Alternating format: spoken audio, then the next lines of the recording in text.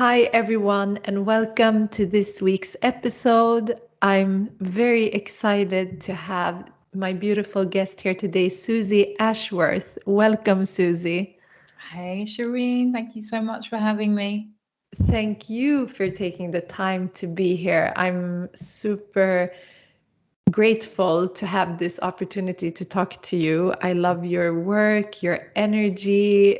It feels so heart expanding, like just being in your presence. So I'm so grateful for that. And yeah, the universe brought us together, and I would love to hear right now in your life what is an important ritual or routine that you have that really keeps you in your heart space daily, maybe? At the moment, I am doing something called the devotion experience, which I've been doing since the beginning of January. And this is a whole sequence of like maybe routines or just commitments that I make to myself on a daily basis. So it involves 2 sessions of meditation a day for 15 minutes. It involves moving my body twice a day for 30 minutes. One of those movements has to be outside. Um, it involves reading 10 pages of a personal development book every single day, drinking 2.5 liters of water, and taking a picture of myself actually, so I can just see myself every single day. And I've been doing that with my sister and my best friend. And it's been the most incredible experience, actually. And I've just come off the back of a 3-day in person event. And I know that a lot of the energy that was exerted and how I feel now, just a couple of days later, which is very much in my power and in my potency, comes from the work that I've been doing in this devotion practice. Um, just simple things, but over a period of time. So I'll be doing it for 93 days in total, and then I get to decide what I want to do. But committing to doing all of those things every single day has been a real beautiful test and stretch and practice. And I'm seeing so many benefits that I never expected. Wow. I mean, that sounds like a really holistic practice. It involves so many things, Yeah. and what a beautiful thing. And I love when it's also things that you can easily get into your daily life and make space for it as well, because it's so important. Everything that you are doing daily really is something that we all should be prioritizing. Yeah. It's and then it becomes a habit and something that we can't live without. So I feel like that's super beautiful and like self-devotional practice, and just seeing like what you're doing is also shifting your energetic body, so it will translate out, Yeah. right? It will like come into everything in your life. The Thank way you that so I think, much. yeah, Yeah. the way that I think and the way that I feel, everything is expanding because of this commitment. Mm. Yes, it's easy to fit in, and it also requires discernment. So there have been things and times that I have to say no to in order to get my practice in. And that also feels good to honor the commitment, even when I'm busy, even when I don't feel like it.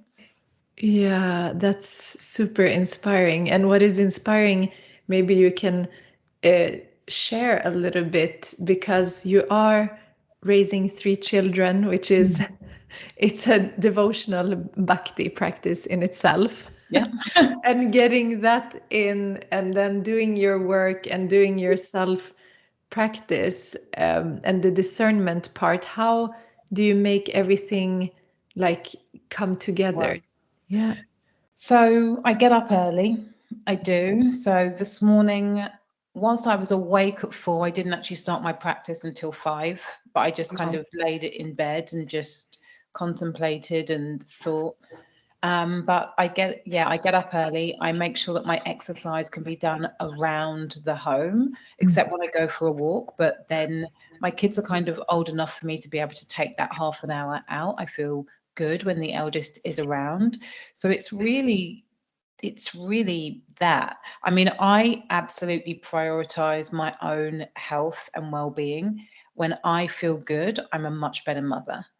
And so that always is top of the list. And then I suppose the benefit of being a single parent is that for half the time, actually, the time is mine. So the other half, I just have to be very, very contained with my work so that then there is time for the kids and there is still time for me. So discernment and discipline. Yeah, that's a good way to put it. And how old are your kids actually? Yeah, they're 13, 11, and 7. Okay, beautiful. So inspiring. And I think it would be interesting for us. I've been listening to you, so I know your story, but maybe for the listeners today to just introduce yourself, and would love to know how you came into this path of service and everything that you're doing right now, and also leading up to Infinite Receiving, which is coming up. Your book is coming up in a couple of weeks with Hay House, and just how that came along. Like, how did your path lead into where you are today? I think what is interesting, and one of the things that I talk to my clients about, is that with the benefit of hindsight, you can see how the seeds for everything are being sown right from the beginning.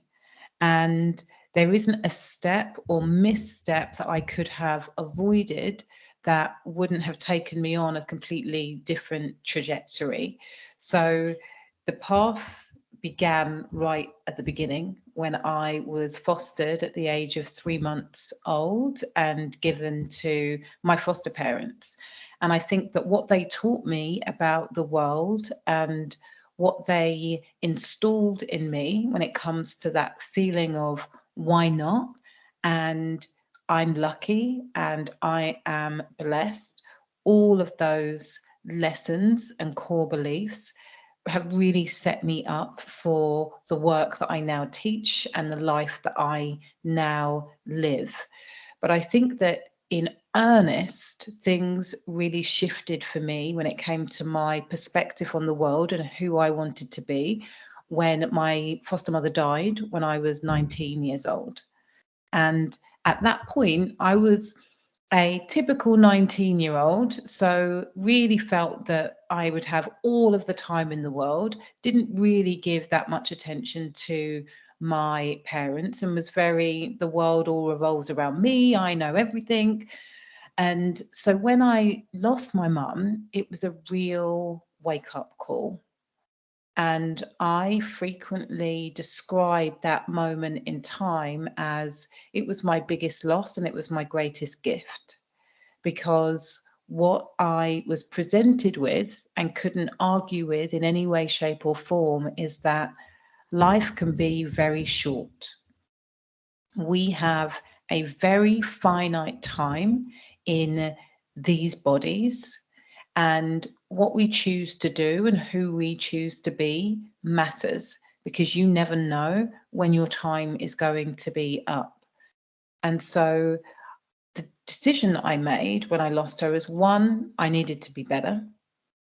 You know, I needed to be a better human being, somebody that I could be proud of.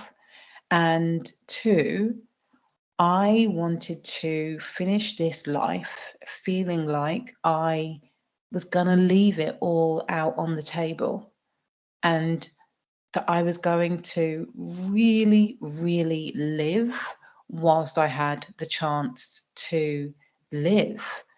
And that set off a whole kind of cascade of events. I lived abroad for 4 years and met people, met my best friends, and just saw the world and saw different people and interacted with humanity in a very, very different way whilst working on who I was being. So that was really the start of the journey. I suppose the next big decision point came when after I'd met my husband and got pregnant with my first son. And I knew the minute that I got pregnant with him, I wanted to be able to say, you can do anything that you want in this world.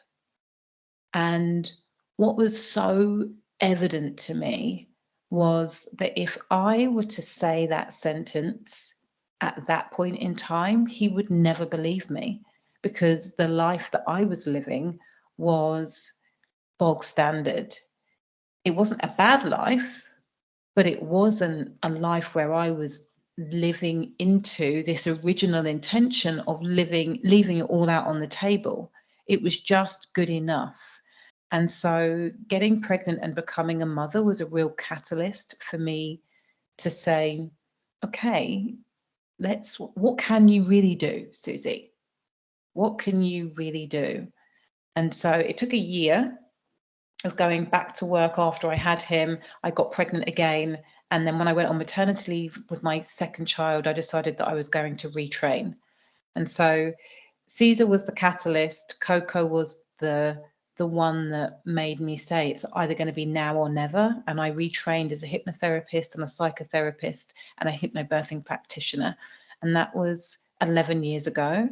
And making that decision at that point in time really changed everything, because I went back into study having had a story that I wasn't an academic, that I wasn't very bright, and I had to decide that I did have the identity of a student. Because I dropped out of school at 16, I had a real story that just school wasn't for me, learning wasn't for me, academia wasn't for me. I was street smart, but I wasn't book smart. But because I had this desire to say, you can do anything that you want, I had to choose a different identity. And so I stepped into the identity of the student and surprised myself by coming top of the class. And that evidence was enough to spur me on to set up my own business. And yeah, 10 and a half years, 11 years later, here we are. Amazing. That's so your life has been so inspiring to many.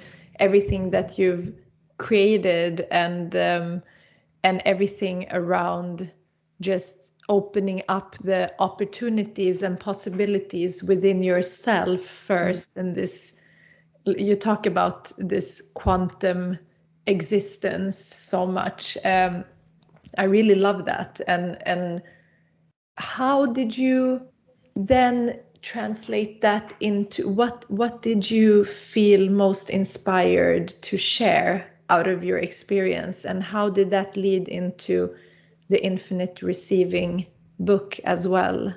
Yeah. Well, the first business I had was a birthing business, and it was called the Calm Birth School. It's still in existence. And what I used to do is teach families, and predominantly mothers, how to create calm and positive birth experiences. You know, I ended up having my 3 kids at home in the water using hypnobirthing. I was very, very inspired by the fact that how powerful the brain was. And actually, what I learned as a hypnobirthing teacher was if people had a very clear goal, I could help them let go of the fears and the stories that told them that they couldn't have that experience. So, really work with the mind to let go of the stories and then provide the tools and the strategies to help them get to where they wanted to get to. Understanding that not everybody would always have the perfect birth, but they could have a calm and positive experience as they navigated the journey. And I loved that. I was very inspired by it. And what I also really loved was like building the business and creating a brand and starting something from nothing and really pushing myself to create something that would actually inspire other people to take the next step, you know, think about things differently, think about themselves differently. And people noticed in the birth world what I was doing and were like, how did you build that online brand? How are you making this work? This hasn't been done before. And what I pretty quickly realized was that even though I was inspired by birth, the thing that was really lighting me up was building the business and building the brand. And what was interesting is that people asked me to support them in building their own businesses. Like, how do I do this for myself online? And I started working with people. And what I realized is that what I was teaching people in birth was the same thing as what I was teaching people in business. What is the goal? What is the aim? What are you scared about when it comes to actually fulfilling your desires? What are you scared about on the journey? Helping them release those fears and then giving them the tools and the strategies so that they could behave in alignment with what it is that they wanted. And so I switched from this hypnobirthing instructor into this business coach. And I loved it. It was really, really super fun. The business did really, really well. And I got to about 2018. The business was doing about mid six figures a year. And I was excited. But I also felt like I want more, but I couldn't quite get there. It was like I'd hit a plateau and I didn't quite know what to do. Everything that I had done up until that point was using my mind and changing my mindset. We got to 2019 and I still was on the same trajectory. And I knew that something needed to shift, but I didn't know what, because I was using all of the tools and I was doing all of the things, but I couldn't quite get the breakthrough. And I was introduced to something called quantum healing. And when I read the information page about quantum healing, it was like the teachers were talking in a completely different language. I didn't understand it at all, but how I felt when I read the page, I was like, I need to be on this retreat and I need to learn this modality. And what that modality did for me was show me how to create change that goes beyond logical thinking. And whilst I don't really use any of those tools now specifically in my work from that retreat, it just opened up my field of awareness. It was like everything up until that point had been very linear and very logical. And what that retreat taught me is that our energy fields contain so much of the things that stop us. Like all of the experiences that we've had in the world, in our world, don't just live in our mind, but they live in our body and they live in our energetic field. And sometimes when you're blocked, it's not something that you can think your way out of. It's something that you get to release or transmute through the body or through the energy field. And that was a revelation to me. And the story that I had run up until that point with money and allowing myself to receive had been, you're okay with just enough. You'll always have just enough. So it didn't matter how much money that I was receiving, the same amount would go out. I'd have just enough left at the end. And what I had to release, which was that story, in doing that in 2020, I tripled my income from 420,000 to 1.2 million pounds. And that was quite remarkable. And it was from that place, whilst I hadn't, sorry, let me just, trying to close my boxer.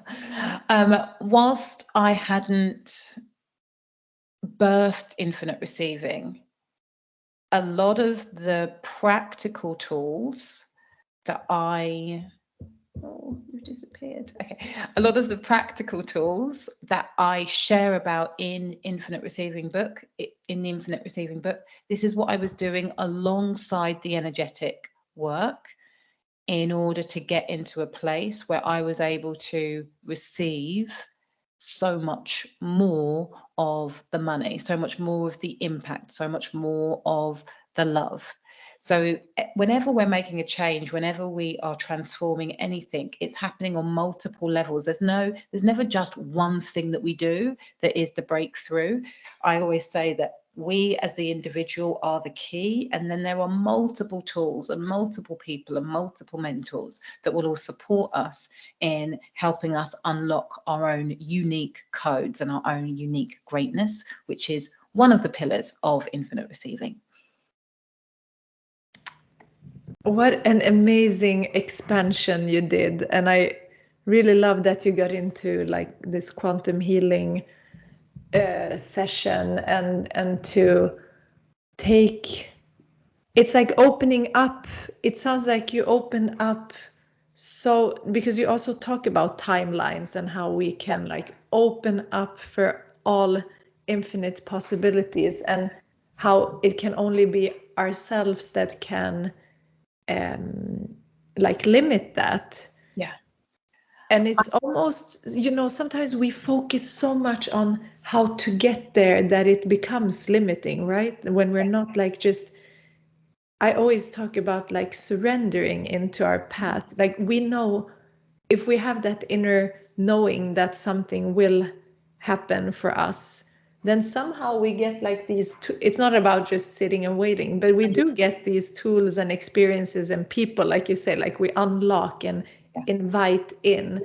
And that's what I spoke about this a lot yesterday in my yoga class here, local yoga class, that it is in that yin state that we also invite expansion, actually, because in yin yoga we're like completely still, but we open up. It's so expanding. So I really love that, and I love for you to. I thank you for sharing the first pillar, that framework of consciously and infinitely receiving and putting yourself into that state. What are the 4 pillars that you work from? And probably that's what you also share in your work when you're helping others. I would love to hear more about that. So the first pillar is, and I say the first pillar, but it's not a linear process. And what is true is that mastering any one of these pillars will change your life.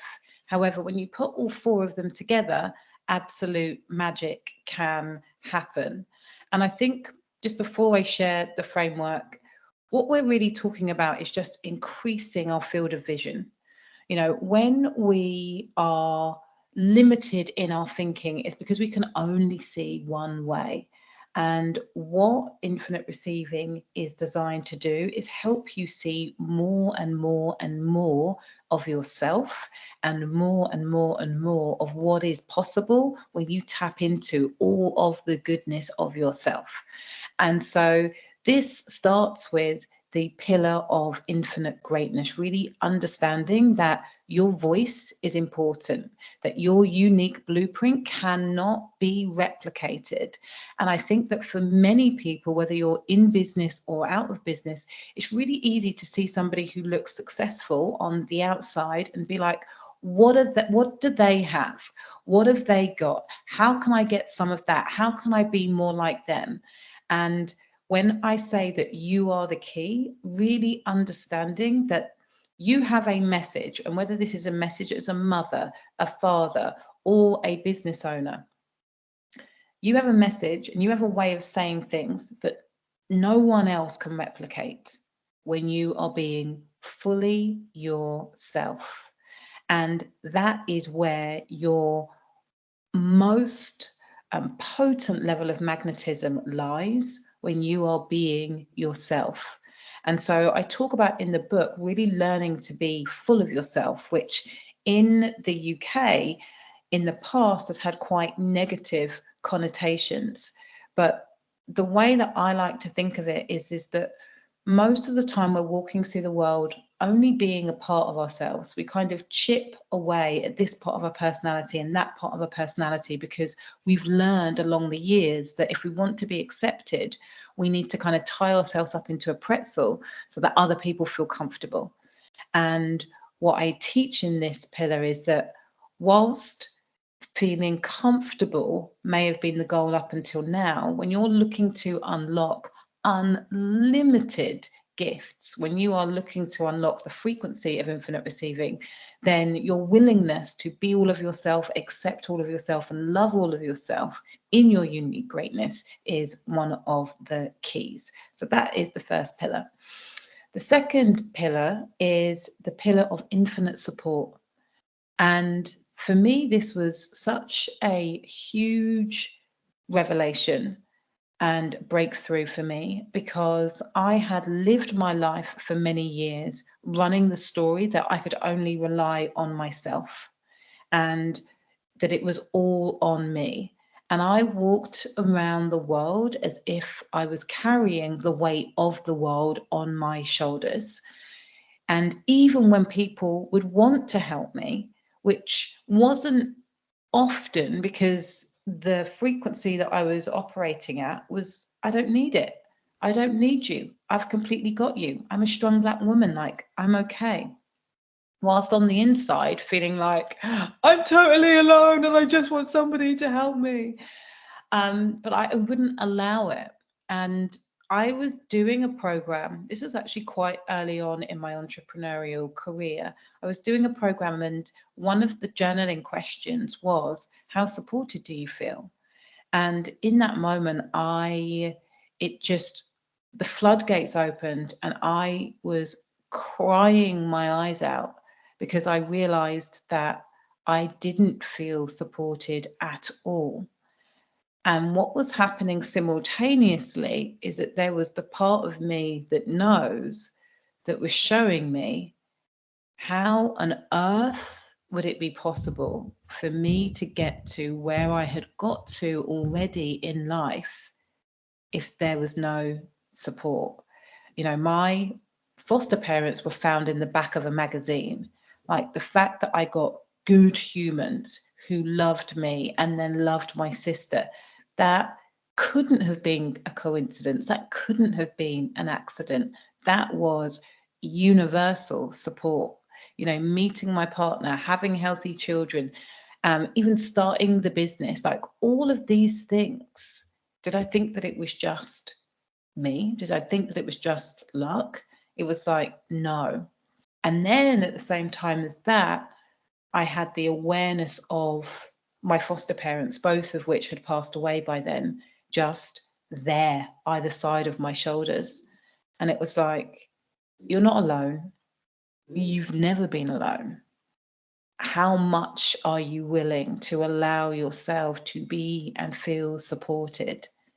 And what I really took from that moment was understanding that I'm being universally supported, but also there is very real practical support on the ground, that if you give yourself permission to receive, like, it's there.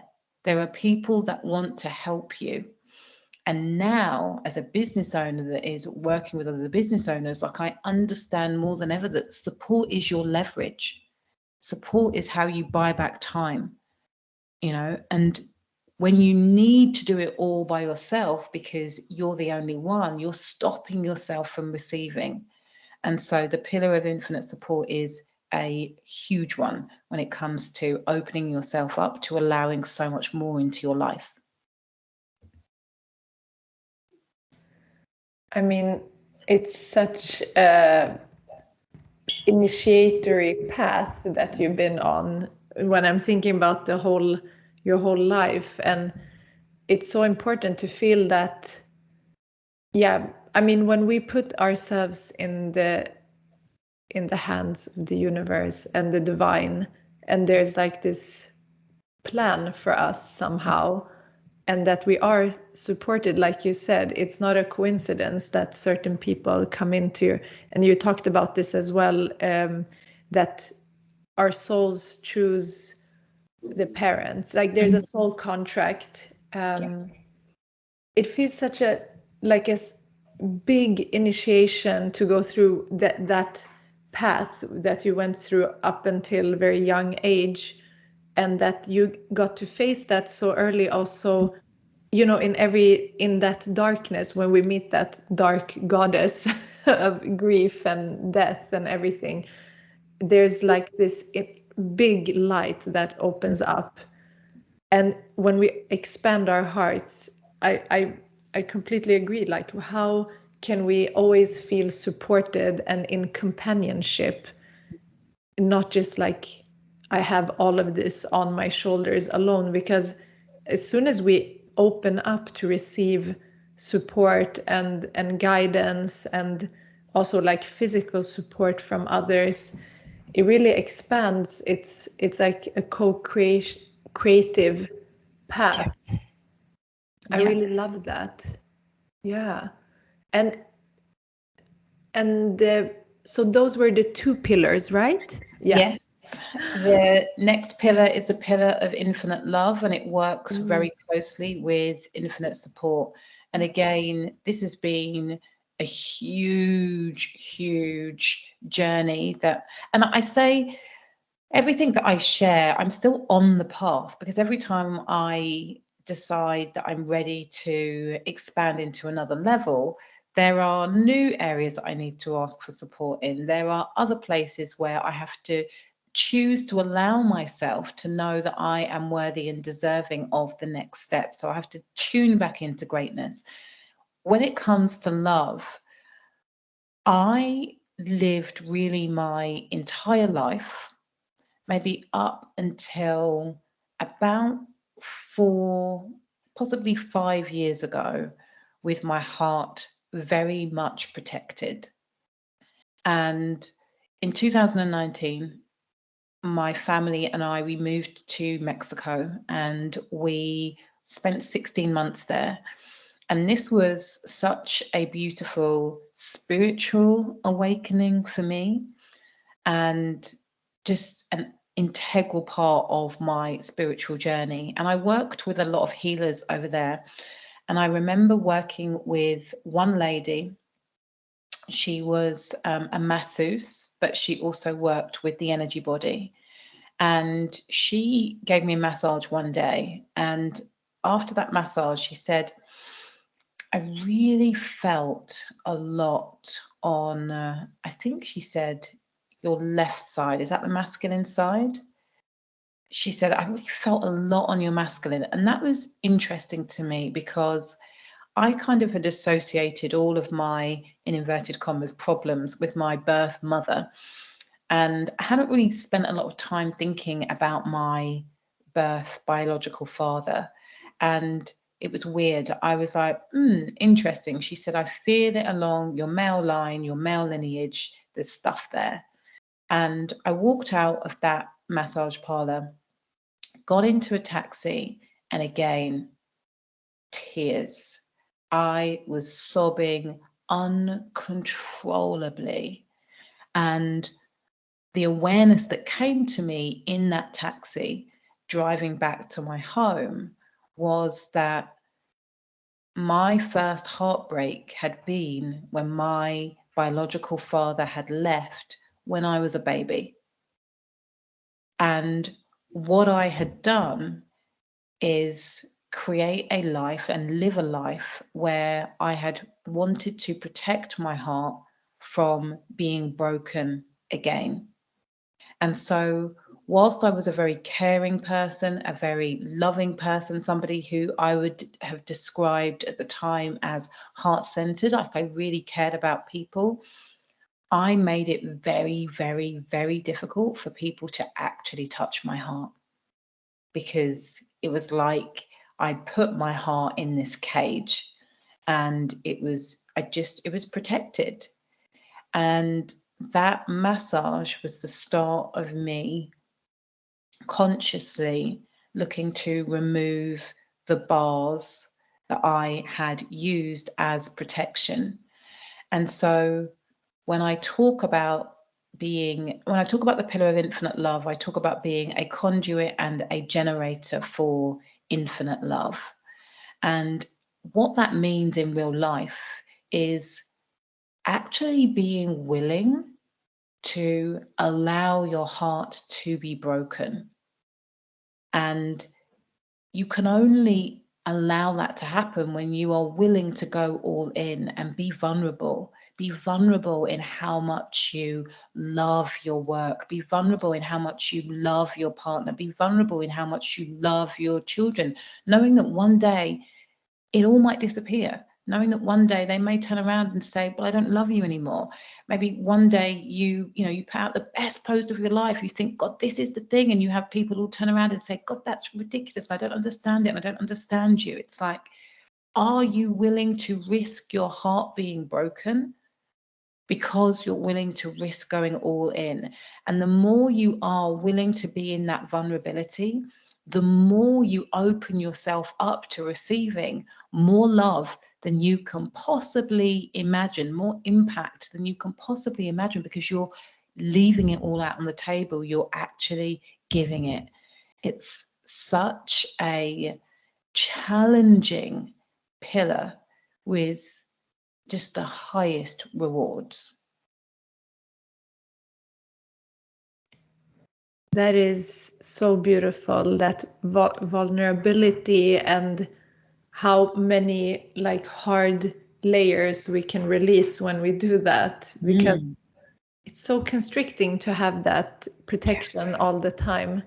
And it's interesting how you could trace back, because my work is based on healing, so that you traced back to where that, all of those things that you built up within yourself, where that came from. And it was so early on, that it's not like even like in your brain memory, but it's in your physical body's memory, your soul. And I'm wondering how that, so did you feel like this opened up to heal, and did you come into like this space of complete forgiveness and acceptance? Do you feel like that? Or how did that healing, how is that looking for you right now? I think that the most profound healing of this part of the journey has been the self-forgiveness and the self-acceptance. Because, I was in a marriage where my partner could never fully support me or fully love me because I wouldn't allow it in. Even as a mother, I realized how much I kept my children at arm's length. And I love my kids, and I'm sure that they would never say that, but I was aware of how much more was available when I really just allowed myself to open up. So that journey of forgiving myself, that's been the biggest part. I think that where I am with my biological father, and we don't have a relationship, is that I wouldn't be here without him. I chose him for a reason. And where I am in my life is that it still doesn't feel healthy to have him in my life. And so whilst I accept who he is, there's still work to be done when it comes to truly being able to love him for all that he is and all that he has given me.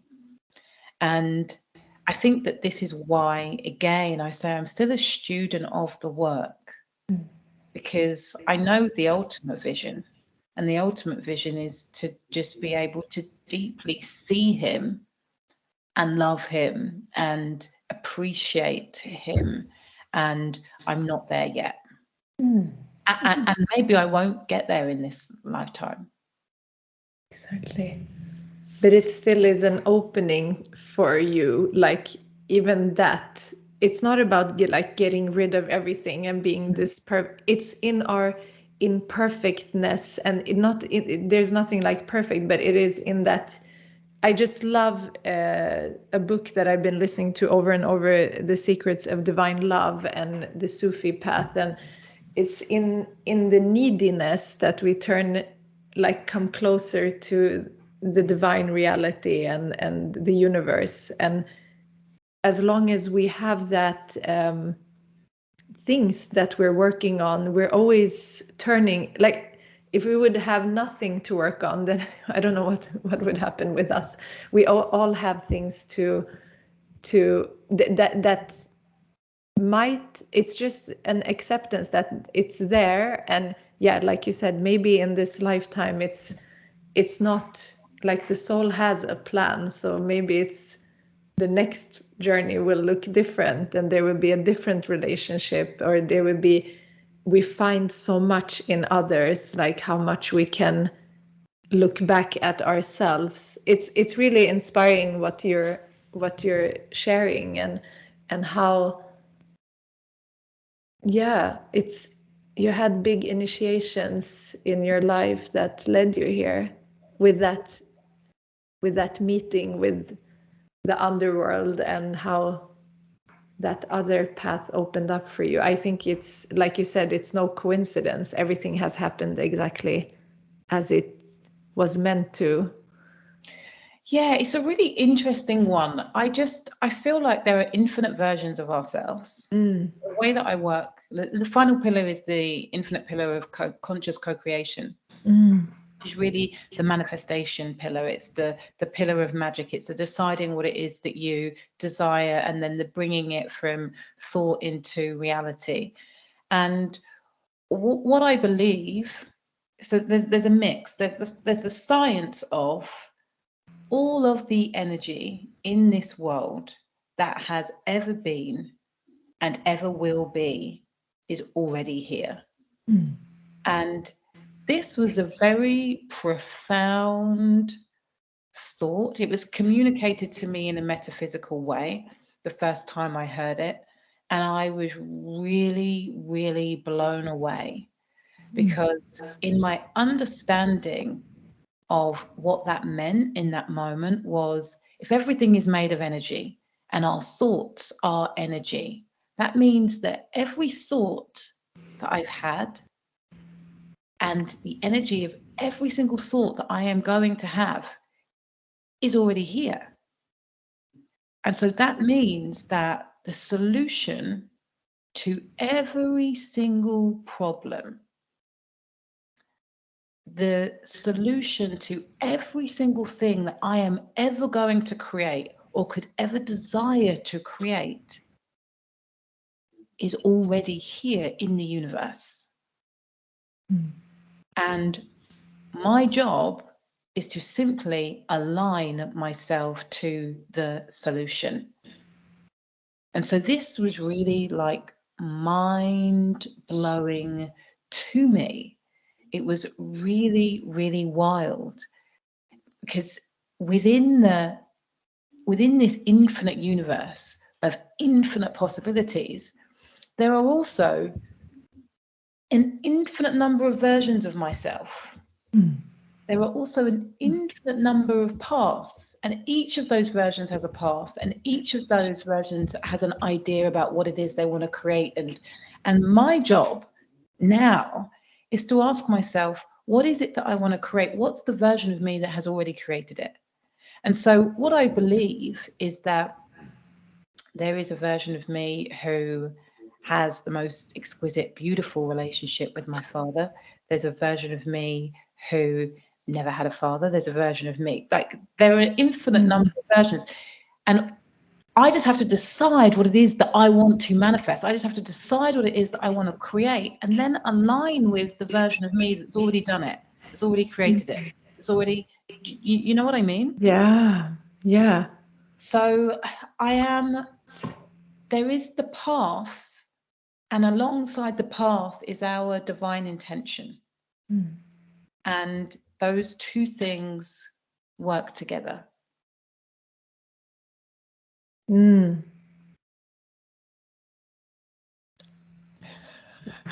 have to melt that in. It's, yeah, and nothing is linear. Everything is in the now. Everything is happening as a dream within a dream within a dream, like never ending.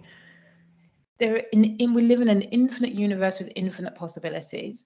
And I think that what is interesting about the pillar of co-creation, and I love it, process of infinite receiving isn't linear, but I do always talk about co-creation last. It is usually people are talking about it from a material thing. What is the thing that I want? And I believe that we are all born creators. I believe that it is our divine right. It is our birthright. It's part of the mission of all of us to remember that we are limitless creators. And so I want people to be able to manifest and co-create with the universe exactly what it is that they desire.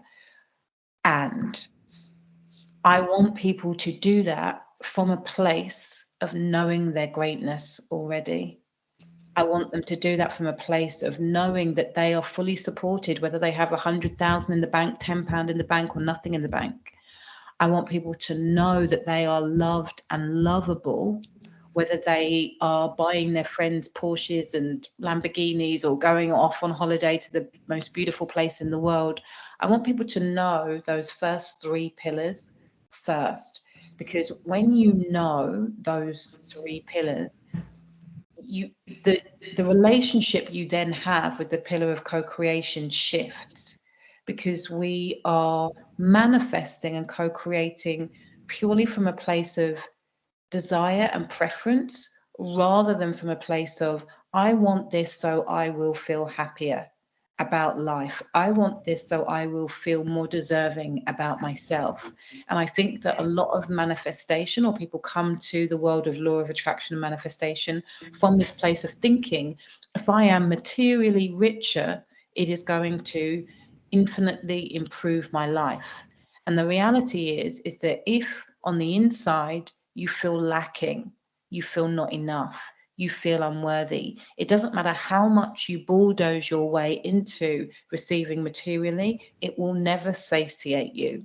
It will never make you feel better about yourself. And so when people work on the first three pillars, what happens is that they fill themselves up from the inside. And that fullness that a person experiences when they know love, when they know support, when they know their greatness, creates a magnetic field around them that makes them infinitely more attractive. And then when you decide what it is that you desire from a place of, wouldn't this be fun to co-create that? Wouldn't it be, this is my preference to have this, and whether I have it or whether I don't have it, it doesn't change me and who I am. It's just the thing that I've created. It makes it so much easier for you to then implement the steps of manifestation and co-creation, because the attachment to who you are being, or who you are when you've got the thing, is coming from a pure place, rather than I need the thing in order to make me feel better, do better, or appear better. Does that make sense? Yeah, it makes so much sense. And it's, yeah, you're tapping into so many things that is so important, and on many levels. And like you said, it's all starts with this inner process, and we can get so many things around us, and we think that that's also what's gonna lead to like upliftment and happiness, but there's also like deeper parts of that, what that symbolizes for us. What does it mean if I have this? And it's so important to work from that aspect. So I just feel like you tap into everything instead of just focusing on one aspect of manifestation. There's so many layers, and I guess that's why this book is coming out. How can people find it? And like where is it right now? Everyone who's listening should definitely. Is it also available as an audio book, and how? It's available in all formats. So you can get the physical version, you can get Kindle, you can get it on audio or Audible audio. And at the moment, and really between now and at least the end of March, when people purchase the book, it's available from all places that stock books, so particularly Amazon, but really every single place right across the world. If you send in your proof of purchase to hey@suzyashworth.com, I'm giving people 30 days free access as a gift to my members club called The Gateway. And so there we go into more kind of practical applications of manifestation, how to build and keep momentum, how to play with your mindset, and all of those good things that we talk about in the book. So it's a really, really great companion place, and you get that free when you just show me your proof of purchase. That's an amazing offer. And I actually wanted to ask you, how can people work with you? What are you offering besides the book?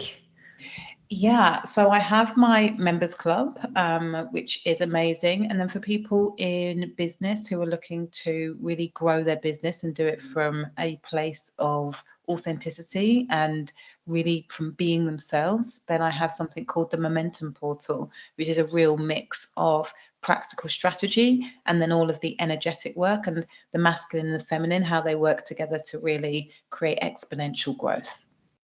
Amazing. I will put everything into the show notes, links. Everyone who's definitely wanting to see more of your work will go in there. And I just love this. Thank you for sharing everything. I've been shuffling, for those who are watching this on YouTube, I've been shuffling the my healing, love, positivism, healing oracle card deck at the same time. And what struck me is the colors that you have behind you and this powerful energy of the sun in the yellow that you have. And that's also what I have, the Kurdish sun symbol, and also the inner sun here, which is traditionally tattooed on women with also breast milk. So that's a different conversation, but yeah, I feel that Manipura chakra opening up when I see the yellow behind you, like that drive. I love it. Nice. And I have been shuffling, and we got, so my cards are divided into physical healing, emotional healing, mental, like different themes. And we actually got a very grounded card. It's the green theme. I bless my body with nourishing foods, actually. So you can see this card is really, yeah, I think like the practice, the self-devotional practice as well that you spoke about is connected to that with nourishing yourself with the water, for example, and how important that is for our energetic body. Our emotional body is also very affected by what we eat, and the water is really connected with the kidney and that whole meridian system, the yin. It's very yin, so it's really grounding. And also, I just wanted to draw one more, and it's this one is, my heart is open to receiving love. So what goes a lot with the theme that you talked about. And this is traditional Kurdish clothes, but also the chalice and the cacao and the rose, which really is heart opening. So nourishing your body with good foods that is from Mother Earth, and then opening up your heart to love. And I just have to draw a third because the number 3 came up as we were talking. And now the waters came in. The waters of creativity and sensuality flow within my hara, or like the womb space. It's the card of the sacral chakra, and it's connected to the earth sacral chakra as well. Creativity. So it's really a place of intimate creation that we have in our hara, or the womb space, and how we can connect that up to our manipura, our heart, and also the grounding, but the waters, the foods, and then also this heart opening. So I hope that this is helpful for me and you, and for everyone who's listening. Yeah, but Suzy, I really want to thank you for your just being in the world. Thank you for choosing to be here in this world, because you're just like a sunshine here. I feel like it's really beautiful to be connected with you, and the work you're doing is so, so important. And I really just advise everyone to check out also your podcast, your Yes, beautiful podcast. It's so, like, that work is amazing too. What is the name of your podcast you can share? it's called Infinite Receiving. Yeah. Beautiful, inspiring guests there too. So we're just butterfly effect everywhere. I'm really grateful for that too. Can't wait to continue listening. So thank you so much, Suzy, Thank and you thank so you much to for having everyone me. thank you to everyone who's listening too.